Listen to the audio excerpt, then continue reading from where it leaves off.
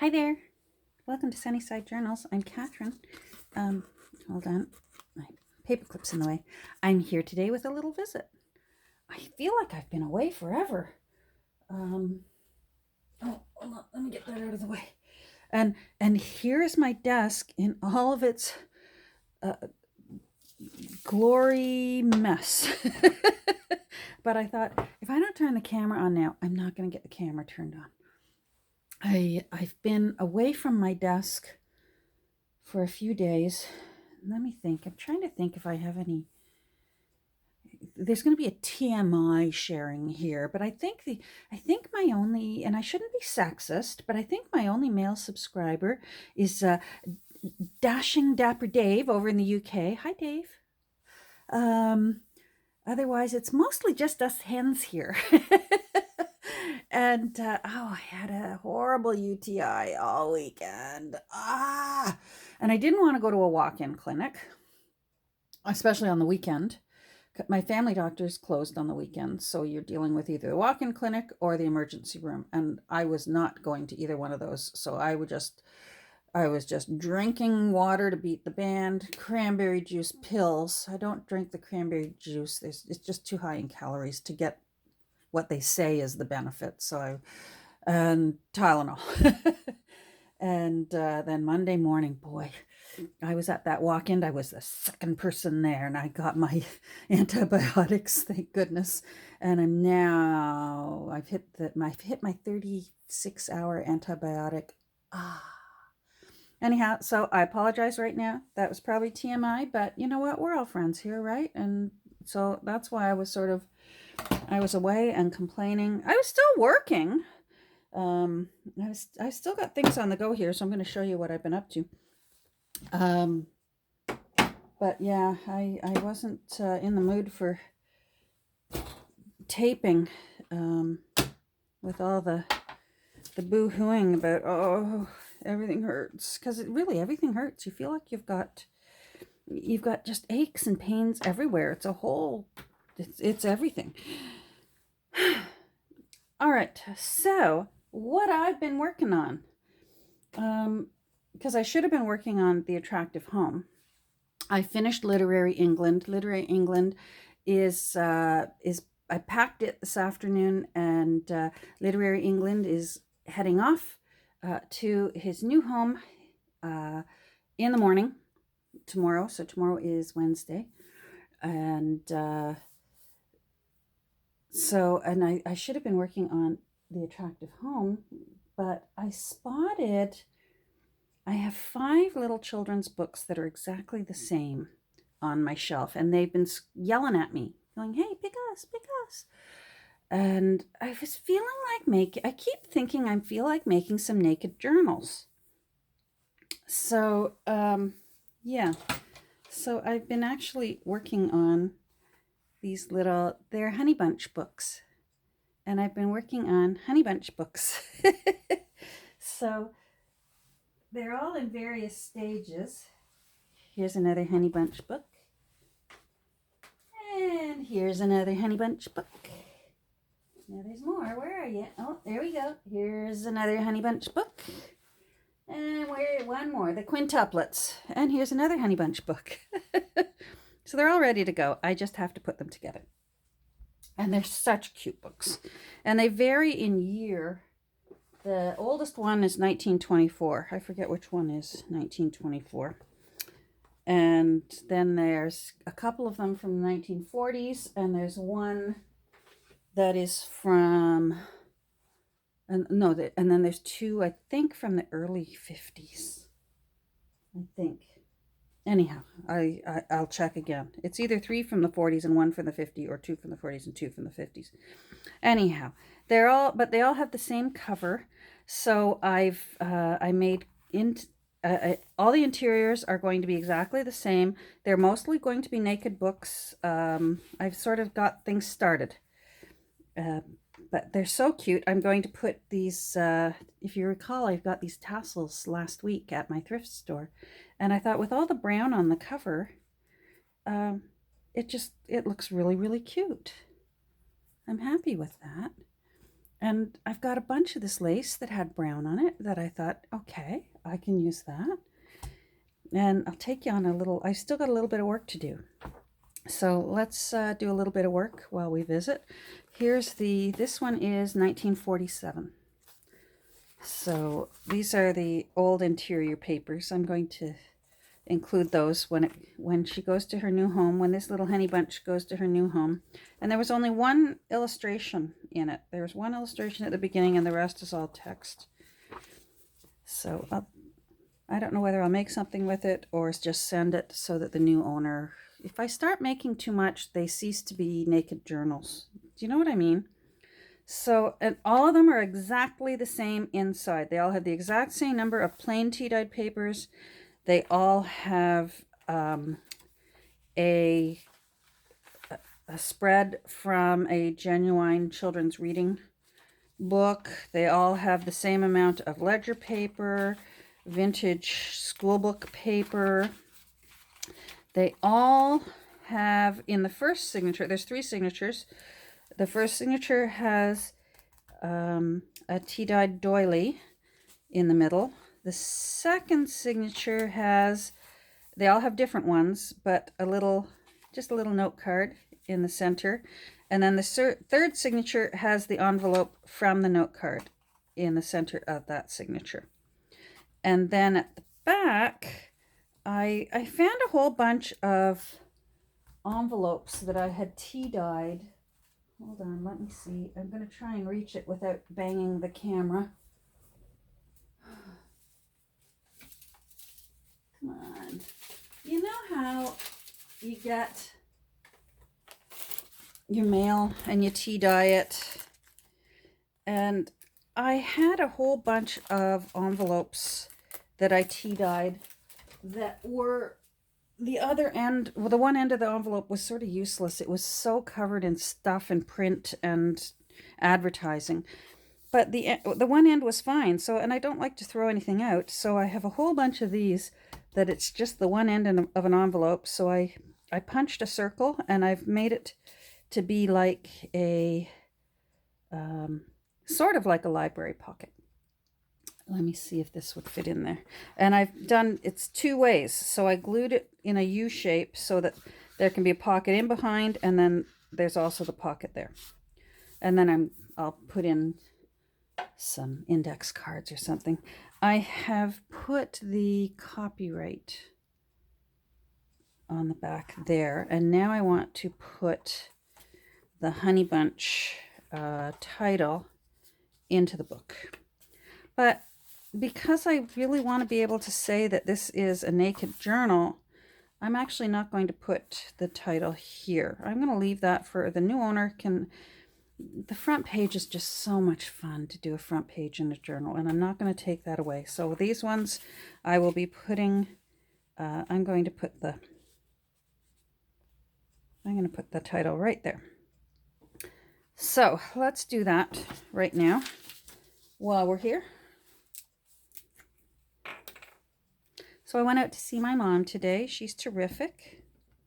I did her hair, but I didn't do any thrifting, so I'm sorry. There's no thrift haul video today.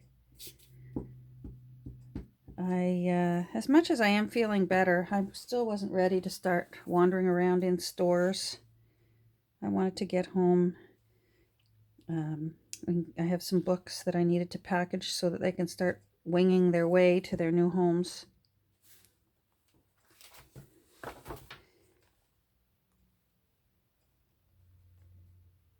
There we go.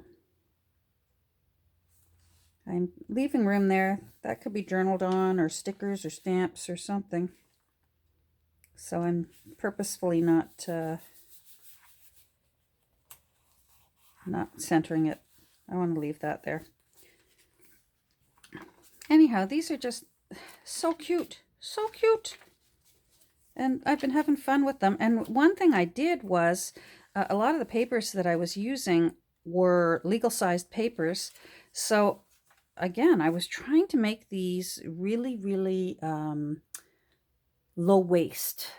So I even used the offcuts. So like here, this end is actually the other side to this page.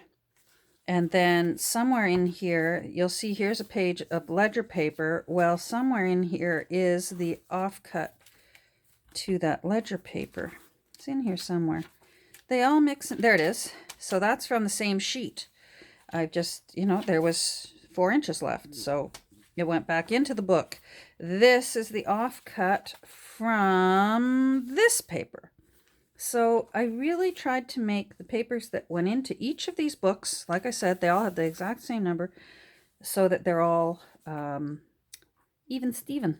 Now I've made some pockets. I even, since I'm not going to be embellishing, I decided, what can I do to make these special? So I hit my beloved scrapbook paper stash, because I don't have a lot.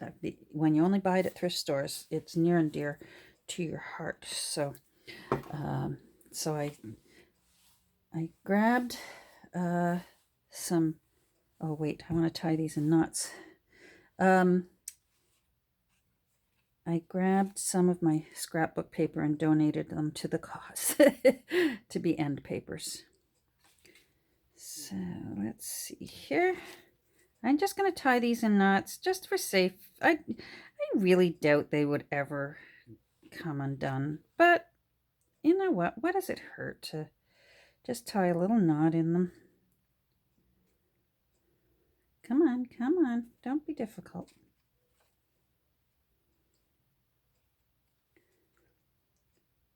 There we go. They were, I was really pleased to see they've stepped up the health screening right at the front door for my mother's nursing home. They usually, yes, everyone goes in, you sign a logbook because they need to know who's in the building, and then you're expected to use some of the hand sanitizer. And now they actually, but sometimes someone's at the desk, sometimes someone's not, and you're just all on your word. But now they actually moved it over to a desk with a big sign that said, "Stop. Do you have a fever or cough? If so, please turn around and go to your, call your family physician," or anyhow, it had instructions if you have a fever or cough, and do not come in. And then the page for the book was changed because it said on it, "I do not have a fever or a cough. I will be visiting this patient." Like usually you just sign the book. You don't say who you're visiting. And so they want to know who you're seeing and what time you were in and what time you were out. Anyhow, it was, and then they watch you, like they literally, the woman said, "All right, here, hand sanitizer." I'm going to sneeze. Hold on. Pardon me. And I did sneeze into my elbow, even though I'm all alone up here. Anyhow, I was really, really pleased to see that they had stepped up the protocol, because those poor dears, they're very vulnerable in there. The elderly are the ones that are really, really, really at risk with this virus, the COVID-19 virus. And my mother, in addition to just being elderly, there we go, is, and I did those, okay, my mother has COPD. So, and her version, COPD is a combination of 3 different lung diseases. And my mother is it's emphysema, bronchiectasis, and, oh rats, I forget what the 3rd disease is.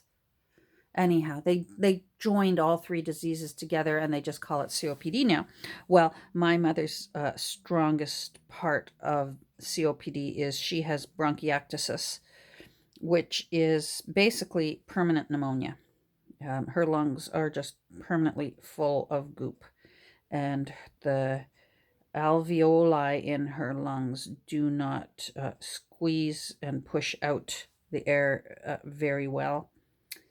And so she constantly has a cough, which is good because coughing gets the gunk out of her lungs. Oh, these are pockets. Here I am chattering on. Anyhow, so I was pleased to see that they had very good screening going on to hopefully keep them safe in there. There we go. So I made pockets out of, oh, you know what? Oh, that's what you don't want to glue there.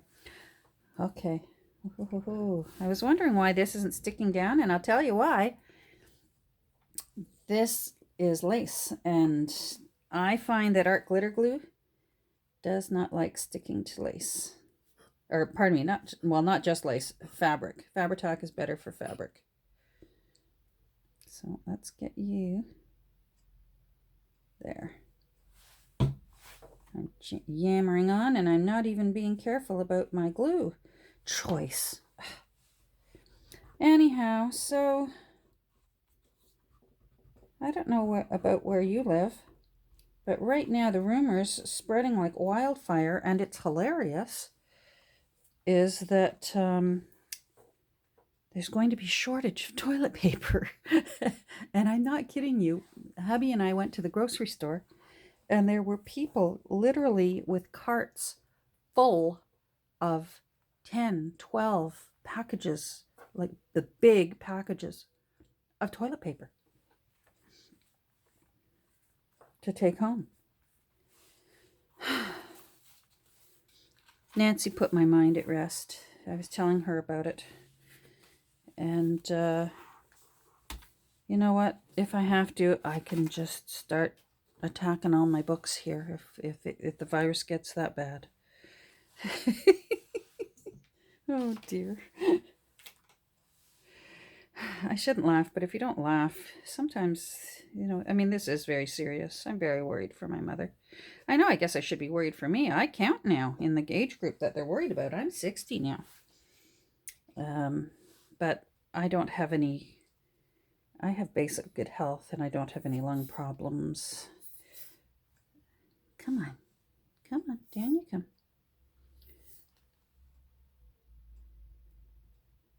There we go. So I'm going to put Fabri-Tac on that side, and then my favorite on this side. There we go.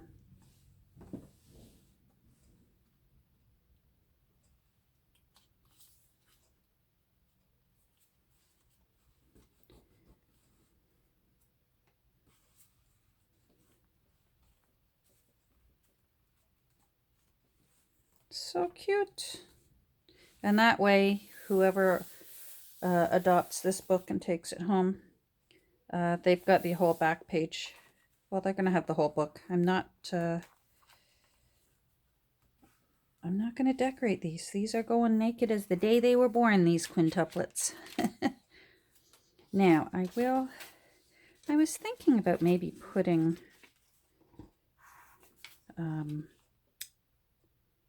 tabs on signatures 2 and 3, but maybe I'll just send the tabs along with it. I'll just send these. I backed this on cardboard, so that's already, well, file folder board.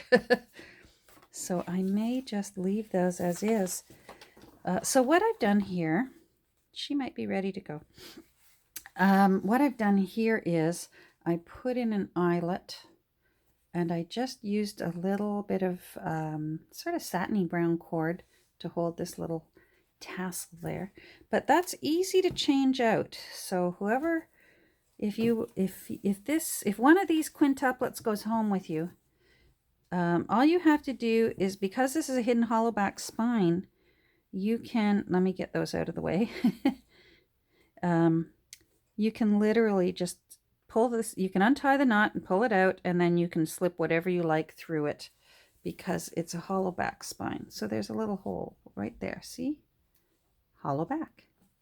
So you can always switch that out if you don't like the little tassel on it, but I think the little tassel looks cute. And I like all these threads, but again, you can trim them off. So that, I think that little girl, I think I'm going to send these with her so that whoever would like to can start having fun. Now I want to get the other ones done, and then I'm going to just list them all at once. And tomorrow won't be the day because I have to go to the dentist. I have 2 cavities. But this one, you can see here, I have everything's all been restored and fortified, and I've got a page from another children's, another vintage children's book. So I've got everything ready here.